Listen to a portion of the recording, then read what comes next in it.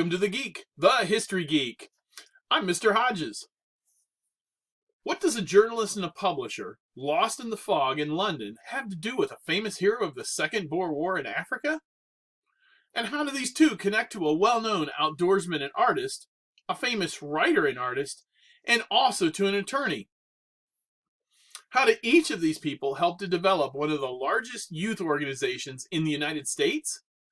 Come join me as we learn more about the history behind the founding of the Boy Scouts of America. Time to suit up!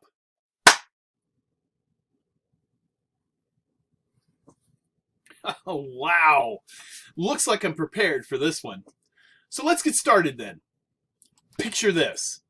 An American journalist and publisher was visiting London on business in late 1909. He got lost while attempting to make his way through the streets of London through an extremely dense fog. While standing on a street corner, completely lost and trying to decide which way to go, he was approached by a young boy who asked if he might be of assistance.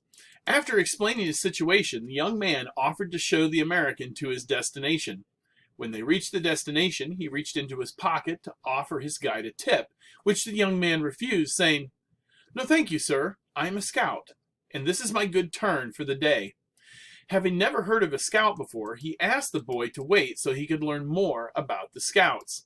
This good deed led to a meeting with the British founder of the Boy Scouts, Baden-Powell, who preferred to be called BP. Former General Lord Robert Baden-Powell had been a hero of the Second Boer War. When he returned home, he was surprised to discover that many boys were using his military book, Aids to Scouting, as a guide for outdoor programs. He wanted to convert his concepts of army scouting for men to peaceful scouting for boys. He decided to rewrite his book and incorporated ideas from Ernest Thompson Seton, a Canadian naturalist, and called it Scouting for Boys, which was released in early 1908. The American W.D. Boyce was intrigued by the idea of the scouting program and picked up a trunkload of literature about the movement and brought it back to the U.S.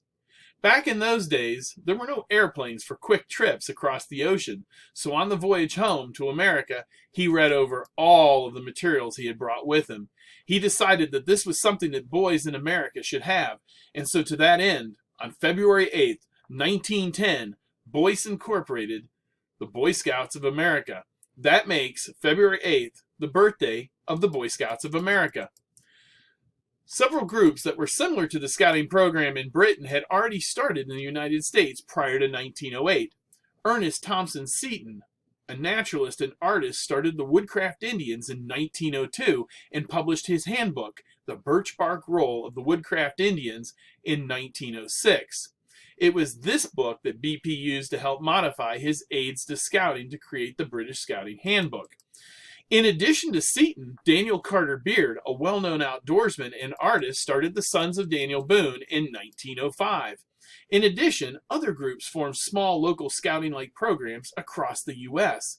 These groups had started in places like Illinois and Kansas and Kentucky, Michigan, Missouri, New Jersey, New York, and Oklahoma. And some even modeled their program after the program in England, where they had handbooks and uniforms shipped to them here in the U.S. William Boyce faced many challenges to get a new organization up and running. However, in May of 1910, he was approached by Edgar Robinson of the YMCA, and together the two decided that the organization and idea behind it should go forward. The trouble was is they both lacked the experience necessary to make the plan a reality. They decided to bring into their group of organizers two very important and well-known men. The first of these was Ernest Thompson Seton, who was already running a program in Connecticut for boys that he called the Woodcraft Indians, and the other was Daniel Carter Beard, better known as Uncle Dan, who was also running a program for boys called the Sons of Daniel Boone. It was with the hard work of these four men that they were actually able to finally get the Boy Scouts of America up and running. Seton was appointed the first chief scout, and Uncle Dan became the first scout commissioner. Once the program was developed, Edgar Robinson recruited James E. West, an attorney and an advocate for children's rights from Washington, D.C. West started his work on January 1st, 1911, becoming its first professional executive secretary, later renamed Chief Scout Executive.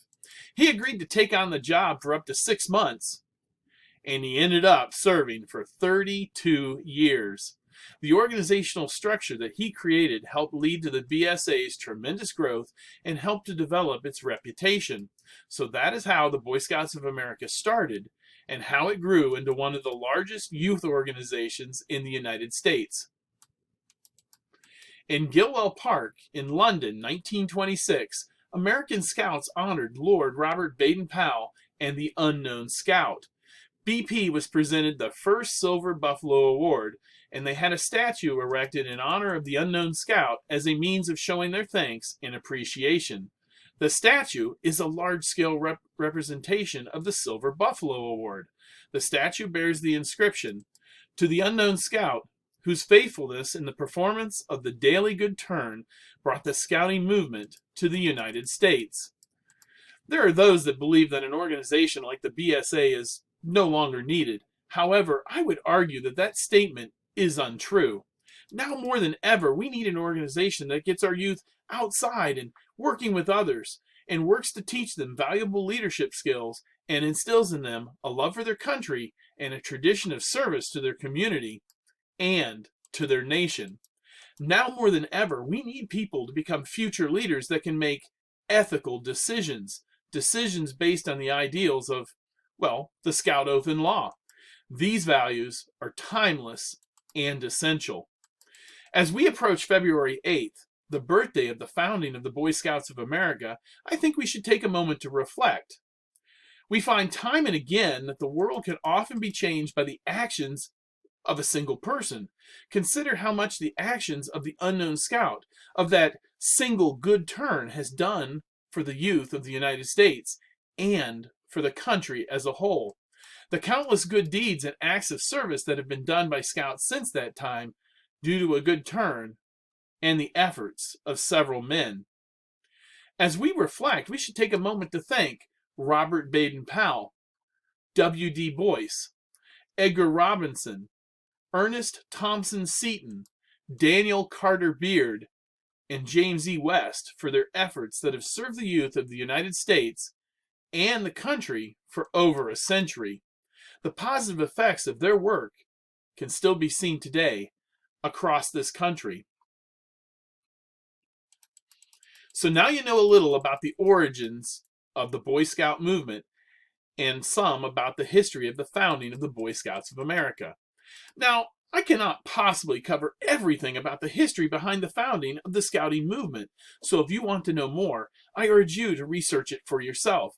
And as always, if you like this video, I would encourage you to, share it with others, and please vote for more history by giving it a like. This simple act can really help the channel out. I want to take a moment to thank all the people that have supported the channel by subscribing, and urge new viewers or those that have not yet subscribed to please do so. Be sure to click on the bell to receive all notifications for future videos. There's a lot more history to explore. Well, that's all for now. So until the next time, when I ask the question, did you know? I am Mr. Hodges, and this is the History Geek.